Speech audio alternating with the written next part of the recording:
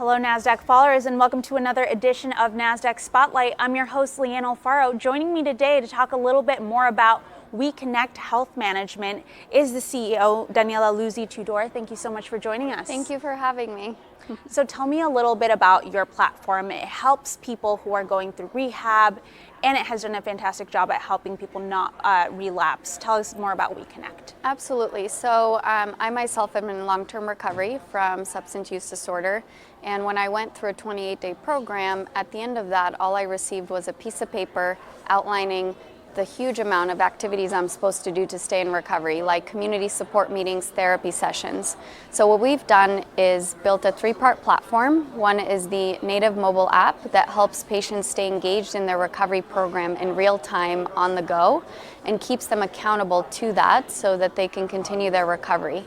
And on top of that, we also built a data dashboard where providers can see who's at risk and why in an instant by just seeing how they're staying compliant and engaged in those recovery activities. And tell me, in terms of the industry and the landscape, is there anyone else doing anything else like this? How are you kind of shifting the traditional kind of infrastructure or ways that people go through rehab? Absolutely. So typically people go through a 30-day program, but really the most important length of time is that first year of recovery. So what we're doing is we're extending that treatment plan beyond the 28-day program to 365 days.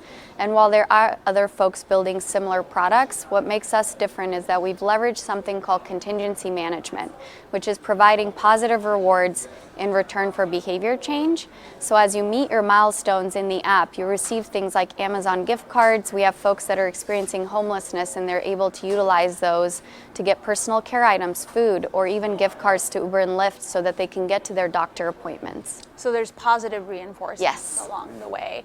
Now tell me, how has this kind of shaped and changed the way that people think about rehab, and do you perhaps have any customer success stories you want to share? Absolutely. So for one, I think up until recently, the healthcare system has been treating addiction as an acute condition, so get people through detox, through a short-term rehab center, but addiction or substance use disorder is a chronic condition for your lifetime, and you need daily treatment, which in our case is in the form of therapy sessions, community support meetings, meditation, medically assisted treatment, a number of different forms. So one of our longest time customers, Tate W., he encouraged us to share his story. It's really amazing. He was experiencing substance use disorder, got into a coma from a car accident, and shortly thereafter he got into recovery and started utilizing our app, and he's checked into 98% of 7,000 recovery activities in the last 3 years. The application allows him to stay accountable to his program, and he's even built a running group out in Wisconsin called the Great for Runners, and he uses the rewards to actually give those to newly sober people even. So wow, it's amazing. That's such a powerful story. As people go through their journey of their rehab journey and they're on the app, what are some kind of ways that you assess for success in that journey?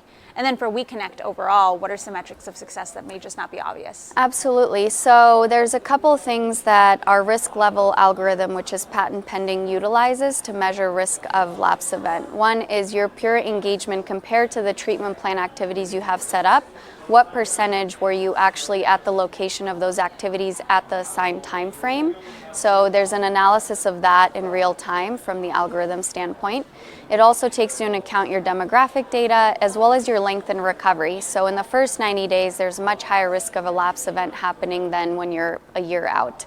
In fact, if you get to a year of recovery, your relapse risk is reduced by 30%. So that first year is really important. Absolutely a crucial first year. And now that you're mentioning time, is this an app that's built for just that first year, or is it built for the longer term? Folks can use it beyond the first year, so depending on how the providers and the health plans are engaging with us and their interest in continuing that post-patient care, ideally the individual best practices when you're looking at evidence-based research, the continuum would be the first 5 years to really have meaningful recovery and having really wrapped around support.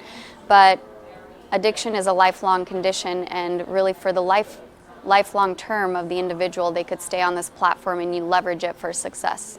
So. And I am curious, you have already shared what patients have said. What about on the other side? What about providers? How is this changing the way that they deal with patients? Yeah, so typically a provider would text or phone call or utilize paper slips to see if someone was accountable to their 12-step meetings or their doctor appointments. So with our data dashboard that we're providing them, at a glance during their busy schedules, they can prioritize and see who's at risk and why. So for the providers, we're easing their workflow. We're making it so that they're able to message the patient during critical times through the platform and really get that information to them. And so from that perspective, it's really useful. And for the health plans, they're able to see outcomes data and drive down costs of emergency room stays, inpatient stays, but drive up utilization of things like MAC clinic visits, doctor appointments, those things that are preventative in nature. And they're able to see trends of what kind of standard practices are really working for a particular population so they can optimize healthcare better. And that's always a good thing, using technology to optimize healthcare, provide a better service, and obviously help people.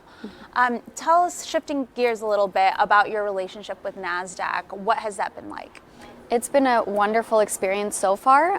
We're still in our early stages of the development of our company, but so far the representative that's been in Seattle and has connected us to come out here today has been absolutely wonderful. They're so helpful in terms of educating us about our options and being really transparent and being super helpful from really what I consider day zero. So I'd say it's a wonderful organization, and we look forward to having more conversations for sure. And as you said, I mean, in the grand scheme of things, you're just getting started with WEconnect. What do the next 3 to 5 years look for you? For us, it's all about growth, so accelerating growth and impact. We're actually a benefit corporation, so our duty to our shareholders, in addition to profitability, is also social impact, which is really important to me. And so for us, it's about accelerating growth in our partnerships with health plans, particularly because that will allow us to adopt the largest amount of patients and providers to really create impact. And after that, having a multitude of options to choose from of what we do after that. My vision is that this is the best version of you, 10 steps ahead of you, optimizing your health and allowing you to thrive in recovery. So continuing to grow that from a technology perspective, there's a lot of different things that we have coming up there that are going to be really exciting. Right now, are there any projects in development that you're particularly excited about? There's one that I'm allowed to talk about, the others not so much, but we are looking at integrating video, so telehealth, into our platform. So especially for rural areas where there's folks that live 20, 30 miles away from a care provider, implementing something like telehealth and video to optimize sessions with their therapist or allowing them to engage and connect to their care team is really important. So absolutely, and we've seen such a growth in telehealth in just the last couple of years, so definitely an exciting place to be growing in. Absolutely. Now, what does listing then mean to your company, listing in Nasdaq? So again, we're going to be considering a number of different options as we grow. I think I've seen a lot of great examples of what that success can look like and some of the amazing portfolio companies that we have. So we're really excited about continuing to explore that. Fantastic. And now we're going to have some wrap-up questions, some lighter questions here. What advice do you have to the next generation of people that are looking to be an entrepreneur just like you, and they might even be using their real life for experience? I think using your real life experience is really important, or really understanding the why behind what you're doing, because no matter how great the idea is, how much capital you have, how great the market timing is, there's going to be really tough times.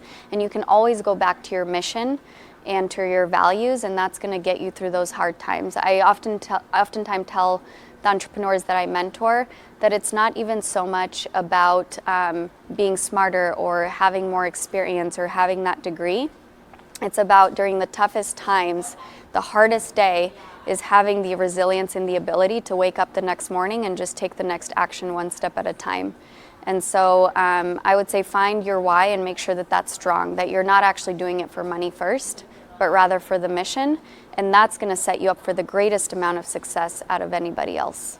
That's great advice, because the why will keep you going even when the going gets tough, right? What is your favorite piece of technology to use in the workplace? Obviously, WEconnect is technology in many ways in and of itself. So I'm going to use a little bit different definition of technology. Everything that we as humans do is a form of technology. So for me, our company culture is embedded in being vulnerable and transparent. In fact, we use Brene Brown's power of vulnerability within our company. We meditate for a minute before we start our meetings. We talk about how we're feeling emotionally, mentally, and physically, because that actually increases productivity and cross-team communication. So I would say our verbal communication is our strongest piece of technology.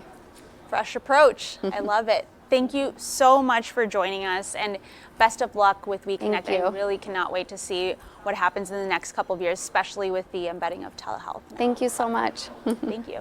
Nasdaq followers, please stay tuned for more coverage coming to you right here from Nasdaq Market Site.